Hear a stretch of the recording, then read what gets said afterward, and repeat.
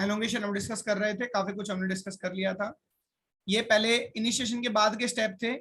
ए site पर eukaryotic initiation factor 2 GTP के साथ बाइंड होकर एक नया टीआरएनए लाकर यहाँ छोड़ देता था। ये रहा वो नया टीआरएनए, टीआरएन नंबर 2, जिस पर सेकंड अमीनो एसिड है। पेप्टाइडल ट्रांसफरेज से ये मिथियोनिन भी इसी पर आ गया।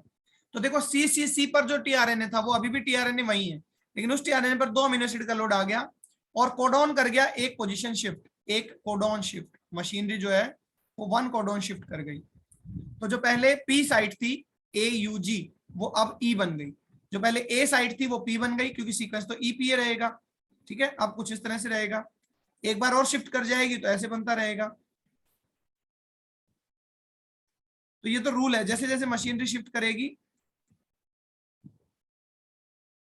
इस तरह से होता रहेगा। तो पहली शिफ्टिंग में पी साइट E बन गई, A बन गई P, और एक नई ए साइट अवेलेबल हो गई। ये रही वो नई ए साइट, दिस वन।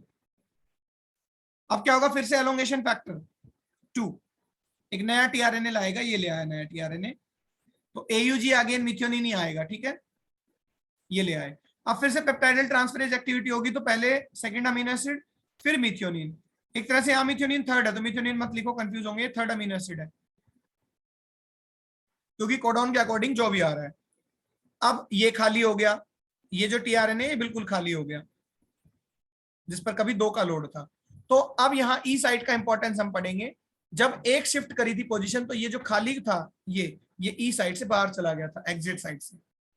अब कल को दोबारा ये मशीन स्लाइड करेगी, तो ये वाली साइड ई हो जाएगी, ये फिर पी हो जाएगी, जिस पर एक टीआरएनए पर 3 अमीनो एसिड का लोड रहेगा, थर्ड, सेकंड और पहला मिथियोनिन। और फिर एक नई ए साइट, मानो कल को सीसी है, फिर एक नई ए साइट आ गई, फिर एक नया टीआरएनए एक नए अमीनो एसिड को लेकर आएगा, ये पूरी चेन उस पर शिफ्ट हो जाएगी।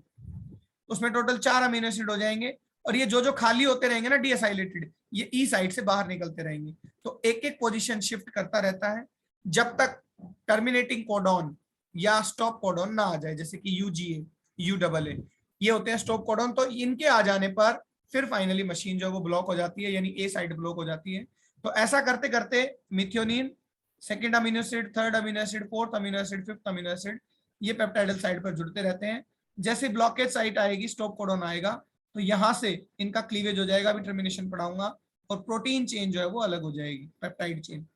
अभी भी इसमें कोई कंफ्यूजन रहता है एलोंगेशन में, तो आप यूट्यूब वीडियो बहुत सारी एनिमेशन वो देखें, या आप प्रोकैरियोटिक ट्रांसलेशन देखें। तो ये था elongation with their elongation factor.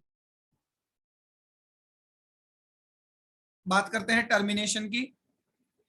Termination में भी फैक्टर्स चाहिए, जिन्हें रिलीज फैक्टर्स कहते हैं, क्योंकि यूकैरियोट्स के हैं तो इन्हें यूकैरियोटिक रिलीज फैक्टर्स कहा जाता है। प्रोकैरियोट में 3 होते थे, RF1, RF2 और RF3। 1 और 2 मेनली स्टॉप कोडॉन को रिकॉग्नाइज करते थे, 3 इनकी हेल्प करता था, 3 इनको रीजनरेट कराता था और बाहर निकालता था स्टॉप कोडॉन रिकॉग्नाइज करने के बाद।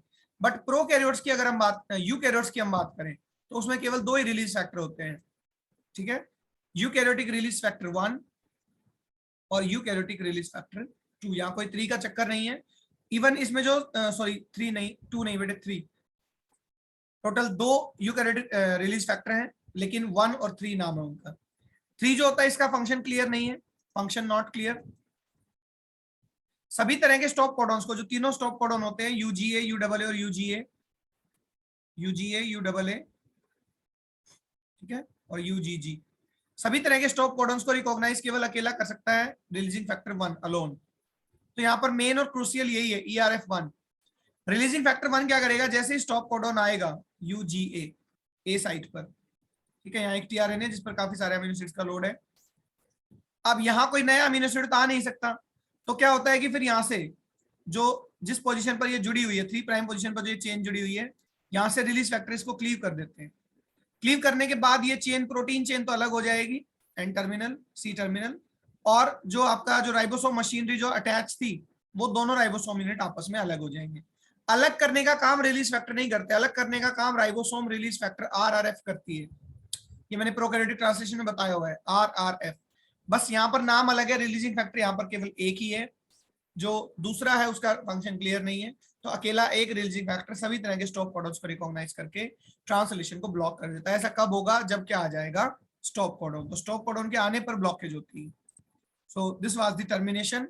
कुछ फैक्ट्स हैं यूकैरियोट्स के बारे में, ये कि जब ट्रांसलेशन हो रहा है 5 प्राइम 3 प्राइम, मशीनरी जब आगे चल रही है पूरी 1 2 इस तरह से एक एक कोडॉन स्विच होकर, तो उस समय लीनियर नहीं रहता है एमआरएनए प्रोकैरियोट्स की तरह, ये ना सर्कुलाइज हो जाता है। तो ये सर्कुलाइज कैसे होगा कि जो 3 प्राइम एंड की तरफ poly A BP, poly A binding protein होता है PABP, एमआरएनए प्रोसेसिंग में ये मैंने बताया हुआ है, नोट्स में भी है। तो ये PBP ना जाकर यहाँ 4G से, याद करो यहाँ 4E था, 4G था, 4A था, 4B था, ये जाकर इससे अटैच हो जाता है 4G से। तो कुछ ऐसा दिखेगा, ये हमारा स्टार्ट कोडॉन, ये हमारा 3 प्राइम एंड, और ये पॉली ए बाइंडिंग प्रोटीन, ठीक है, और इधर 4G। तो ये एंड आपस में बस नजदीक आ जाते हैं। तो मशीनरी ऐसे चलती है, यहां से स्टार्ट कोडॉन, ठीक है, इस तरह से चलेगी मशीनरी। तो बस रास्ता वही है, लीनियर की बजाय सर्कुलर होता है, एक बात।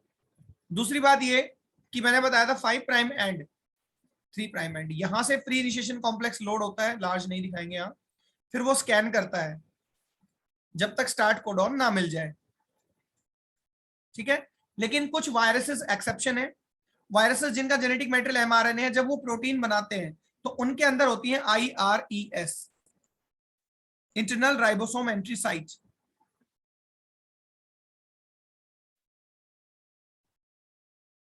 तो उस केस में जरूरी नहीं है ये स्कैनिंग हो, नहीं होगी।